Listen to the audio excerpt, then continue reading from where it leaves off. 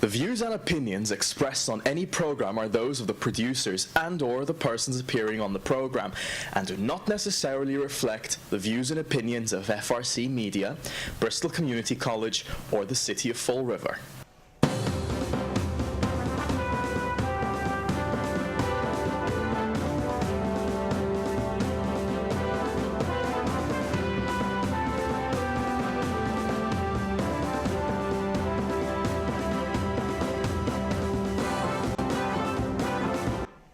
Well, hello. Welcome to Spindle City Straight Talk. I'm Chip. And I'm CJ. And it's Monday, the beginning of another week in Oz. Welcome to the merry old land of Oz, that's for sure. And, well, we've got a whole bunch of things to talk about. Yes, we do. And, okay, what are we going to lead off with? Well, let's lead off with the fact that you know what happened today in 1883? Do I know what happened in 1883? Spring break started? I don't know. No, a man by the name of Marx died, who wrote the Communist Manifesto. Marx. So in 1883 today, he passed away. I thought that was funny. That was a little tidbit of information which came up. But let's get right to... I'm more interested in the manifesto than when he died, but that's okay. That's okay, is right. But you know, interestingly enough, when I was driving in this morning, I was listening to the radio, and people were calling in talking about how to tout tourism. And they said, how can you tout tourism on the tourism corridor? I didn't even know the tourism corridor was along the waterfront, along Duval Street. And they said, on one side is trash, and on the other side is construction. And how can people even say that this is a place for tourism? Well, you know, this is the propaganda machine again. Give it a name, give it a fancy name, and it makes it something special. You know, we've had Operation Diamond, you know, and we've got the corridor, what was that? The tourism corridor. Tourism corridor, yeah. Or as it was known in Alaska, the bridge to nowhere. Nowhere. Yeah, so and it's like baloney. You know, it's like the tourism. And it's not Oscar Mayer. Will you politicians please stop with the ridiculousness and start looking at this city? You don't even have rose-colored glasses on. You've got a blindfold on. Something along that line. I mean, we're going to get tourism. It's the poorest. Here we go again. We're the poorest city in the state. We have one of the highest opioid problems. We've got one of the highest crime rates. The place is a mess. And there's all kinds of construction down there anyway. And it's like, come on. Tourism is not going to be the anchor, the linchpin of our economy. And because you keep deluding yourselves to that shows that's why we're ineffective. That's why we haven't changed in 20 years. The city's gotten worse. The population's decreasing. The economic demographic is getting worse and worse and worse. We now occupy the bottom. 351 out of 351 cities and towns. Yay, we made it to the top of the bottom. We made it to the top of the bottom. Yeah, we are the foundation of having the lowest income in the state. And yet our politicians go on their merry way naming things. You know, I guess our friend Mockmen Rodion was talking about their delusionary tactics in his article, and he said they could send an 8-year-old to the store to buy groceries, and he comes back with $100 worth of candy, and you can't blame him because he's an 8-year-old. Well, that's right. We don't have any 8-year-olds, although sometimes I think they may act like 8-year-olds on our council and in the 6th floor, but that's what they do. We keep telling them we want the city changed, and they keep coming back with the same old baloney. The same old stuff, and it never stops. All they do is give jobs to their friends and raise taxes and fees and make this city, we continue to beat this city over the head with a stick, and until they're going to continue to beat it with this ridiculous propaganda of naming things until they kill the city. Yeah, well, Chip, it's very interesting because, a lot of times Mr. Dion and I don't agree politically or on some of our commentaries, but lately he's been right on the money. And I don't know if he joined the Spindle City Straight Talk school of thought, or if we're finally all just getting together on pointing out the fact that this is a line of BS constantly. And there isn't a dime that this city can't spend. Why? Because it's not theirs. That's right. And, you know, this column, Money Doesn't Grow on Trees, is amazing. And it's addressed directly to it because the title is Money Doesn't Grow on Trees, Fall River Officials. Didn't say that to Fall River residents, okay? And I'm just fed up with the fact that there's a select group of people which point this stuff out, and the city council walks around. You know, I can't see it. I can only see what I'm told to see. You have 6 city councilors, 6, which voted to divide DCM, as we spoke about last week, with no proof. The numbers were all fabricated. It was either a total misrepresentation or they need to go back to the 3rd grade to do some basic math. And that's what scares me, because if this is what this looks like now, what's going to happen later?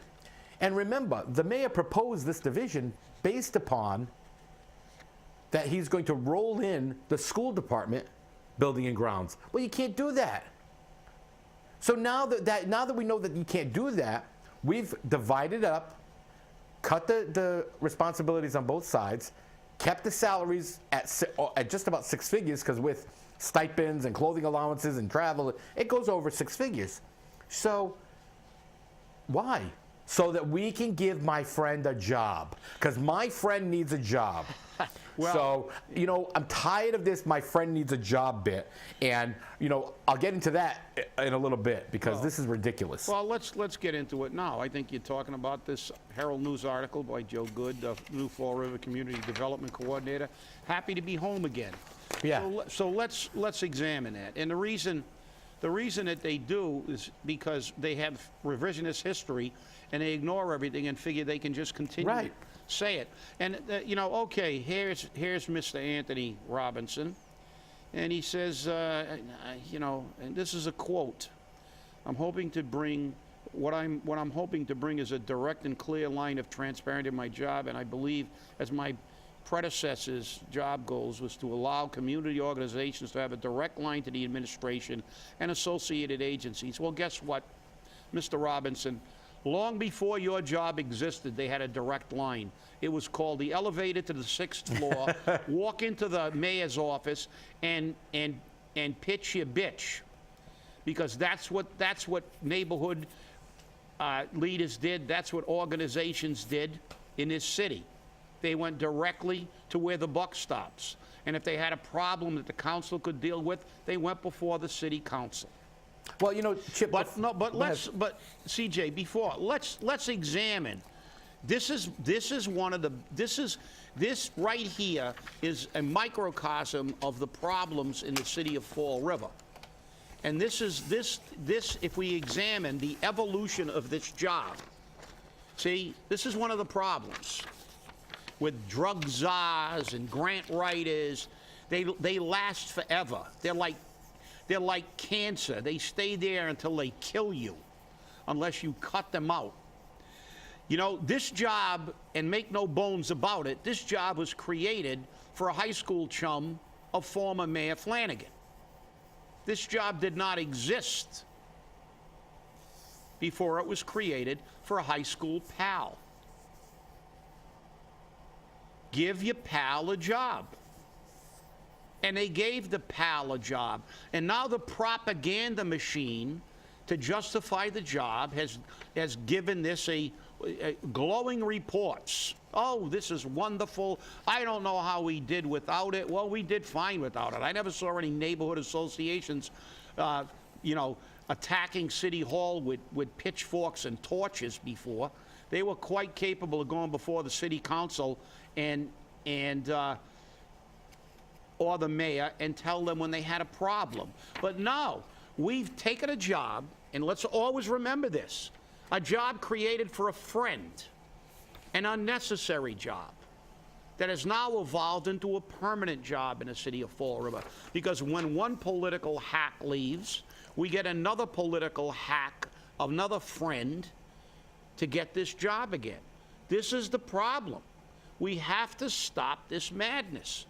And if we have to stop it legislatively, we're going to have to start asking the voters to get rid of these jobs, because this is what is wrong with the city of Fall River.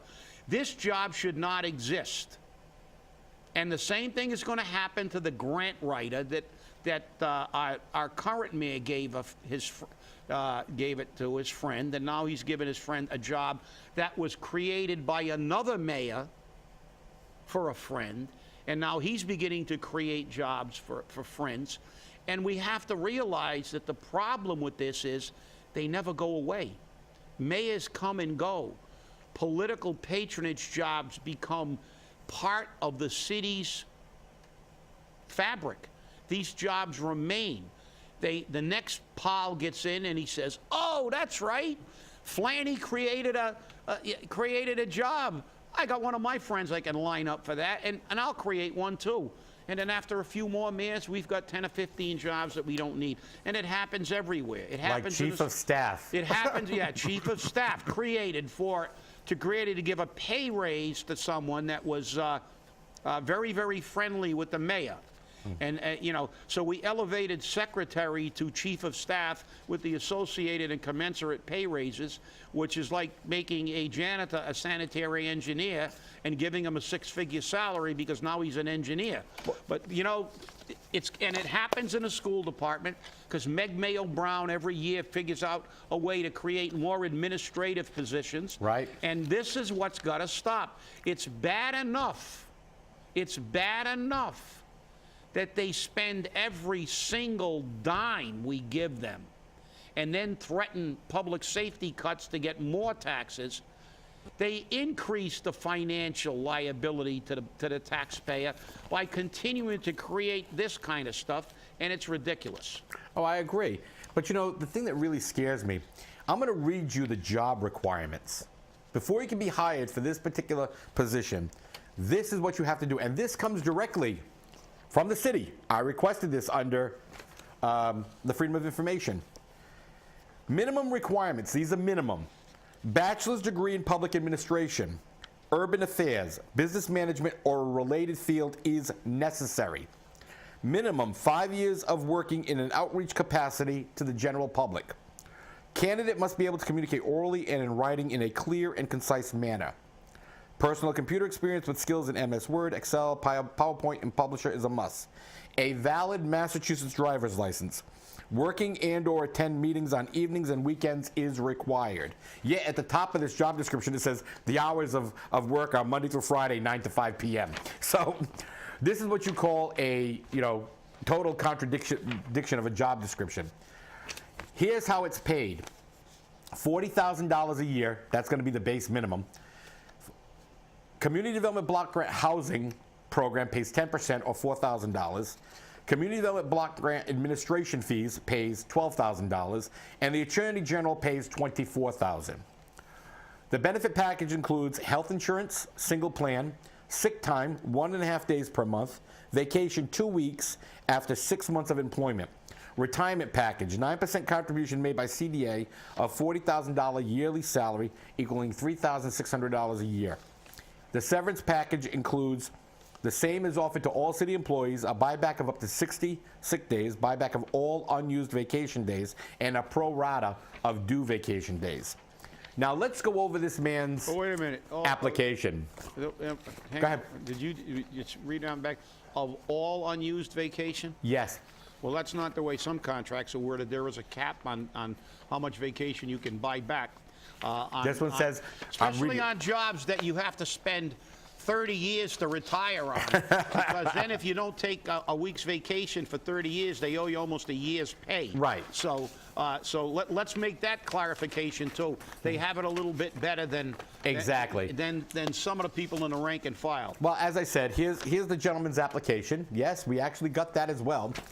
So at the time of his application, he lived in Providence, Rhode Island. So does that mean he doesn't have a valid Massachusetts driver's license? Bingo! He actually has a Rhode Island driver's license. Now, here's his education background. Durfee High School, 4 years, class of 1990, general studies. Bristol Community College, class of 94, health and human services was his field of study. And then technical training in research study with NC, looks like SS, research and technical studies. He only has an associate's degree, strike one. Strike two, he has a Rhode Island driver's license, not a Mass. Now, here's his experience. State of Rhode Island General Assembly, Senate. Senate Services Coordinator, event planning and scheduling.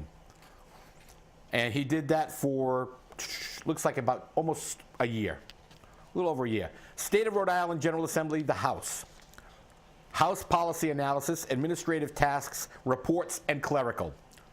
Did that for 8 years. Corrigan Mental Health Center, mental health counselor 2.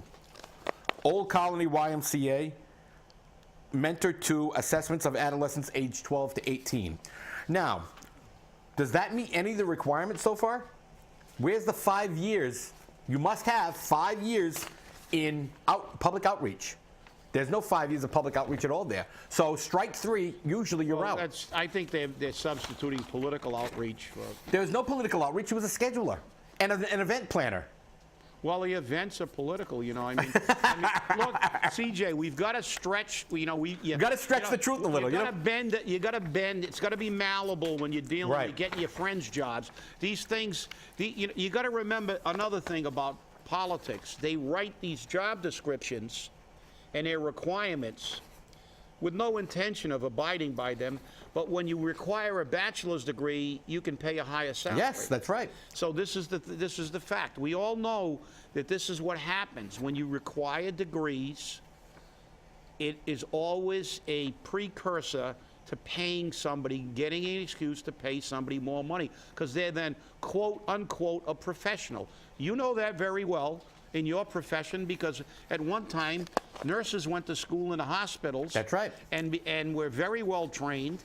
And then somebody got the brilliant idea that, hey, if we make this a college course and then add some alphabet after it, like AA or AS or BA or PHN, BS, RNP. Yeah. You know, and then we can make CCRN. Then we can demand a higher pay. That's right. That makes us quote unquote professionals. And the same thing in my field of endeavor. The fire service at one time,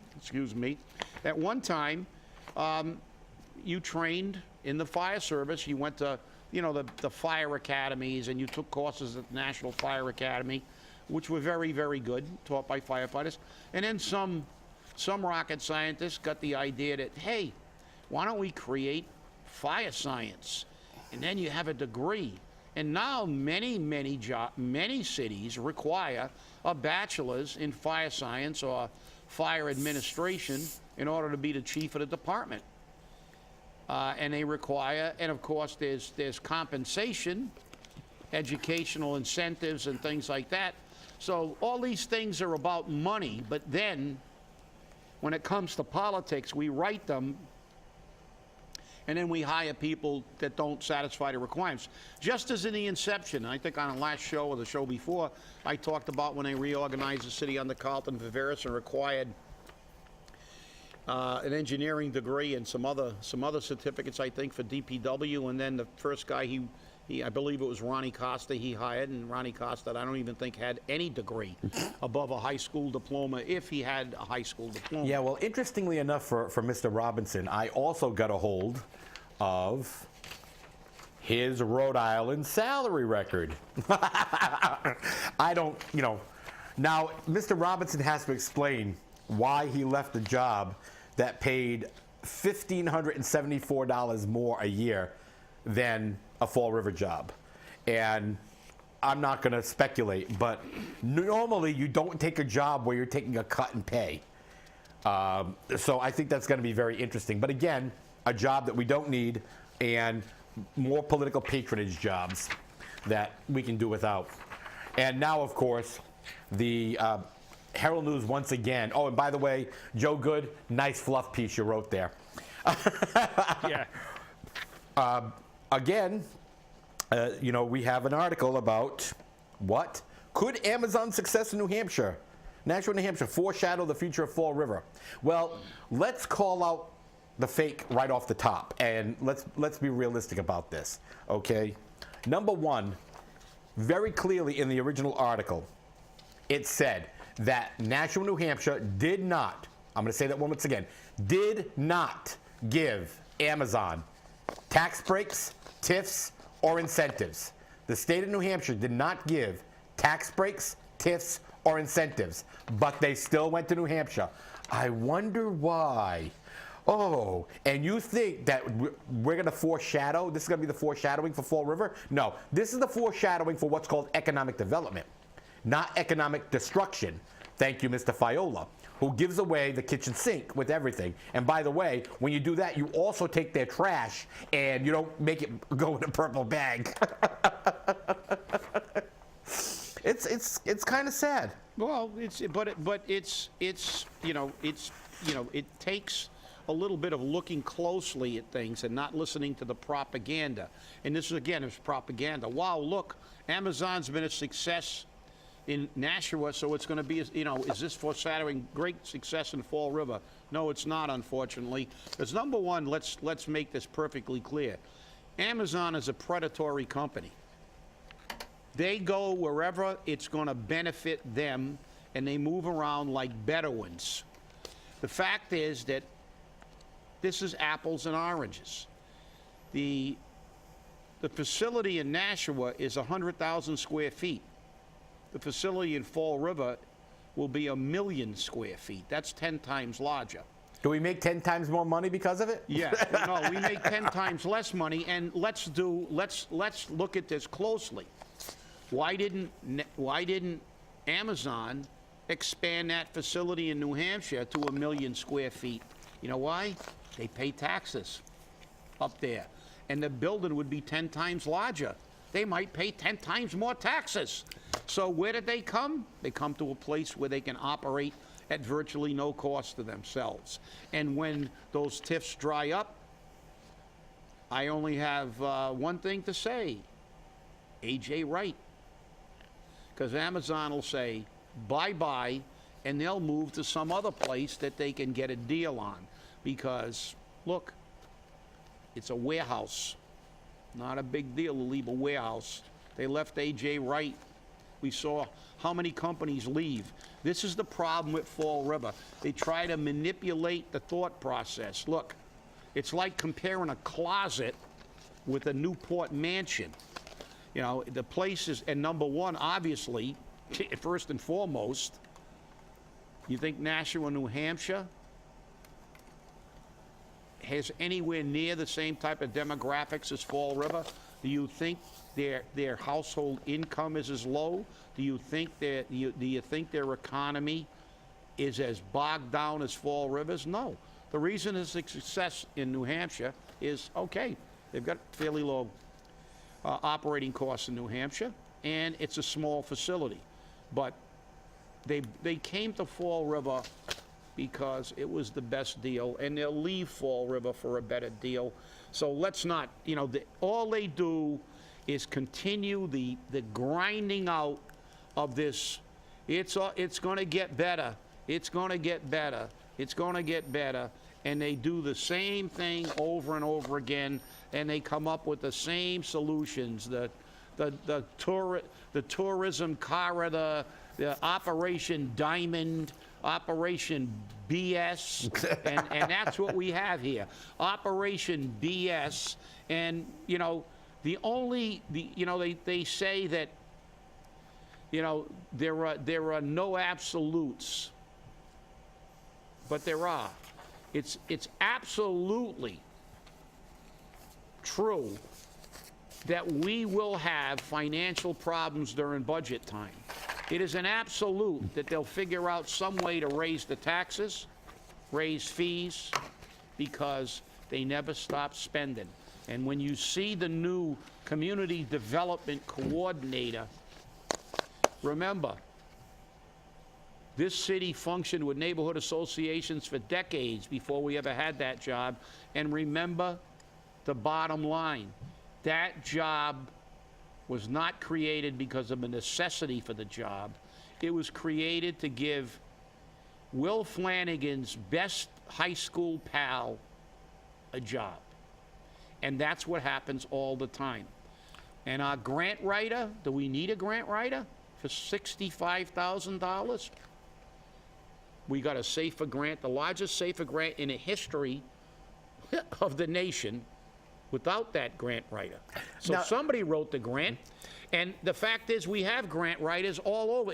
Virtually every department in the city has grant writers. Are you speaking about the former drug czar title person? Yeah. He's not a grant writer. He's a grant coordinator. Well, So we have somebody who says, "Oh yeah, we got a grant, we got a grant, we got a grant." Hey, there you go. that's even worse. $65,000. But I mean, all right, he's a grant writer. He reviews grants. He coordinates grants.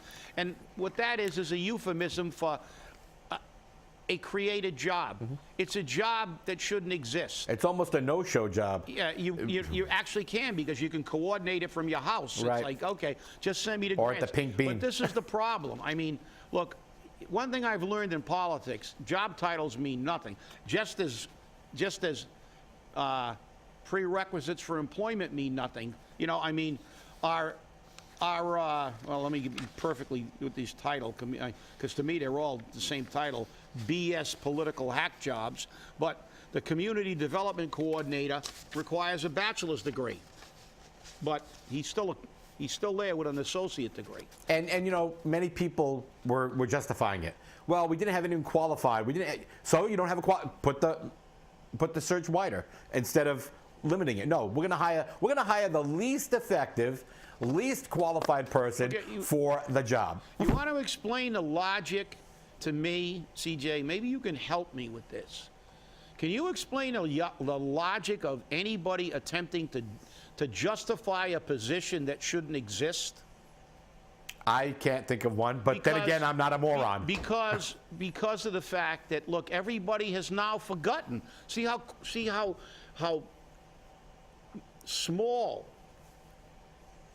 the memory is, the memory banks. Well, they put We've stuff in all the water here to stop that. Yeah, we've all forgotten why this job was created. Right. It was created for Perry Long, who was Will Flanagan's best bud in high school. It was like frickin' frack, Mutt and Jeff. Whose uncle is a city councilor. So what a great job his nephew did, or whatever. And you know something? The job's not necessary. No. But that's what politicians are great at doing. Spending money, creating jobs for their friends, and screwing the taxpayer. That's what they're best at. Well, you know what I love is that, you know, Mark Dion called, I believe, Kathy Ann Viveris the financial magician. But, you know, it's just interesting to see how, as you said, the memory in Fall River is so finite. And honestly, I think they put something in the water that creates that situation, because it definitely doesn't come from us. We kind of bring this stuff back up, and people get upset with us for doing it. Yeah. But you know what? I don't care. You know, 1 week ago today, I was sitting here going, why do I do this? Why do I do this? Why do I do this? And I was this close to saying, you know what? I'm done. The people of Fall River don't care. Why should I do this?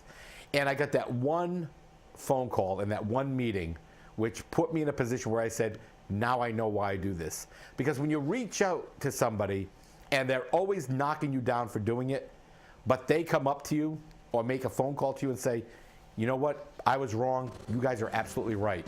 Well, you know what? That's why we say, stay angry, because we are. They're beginning to get it. Yes, they are. Information, so that's why. Stay angry as always. It's an educational process.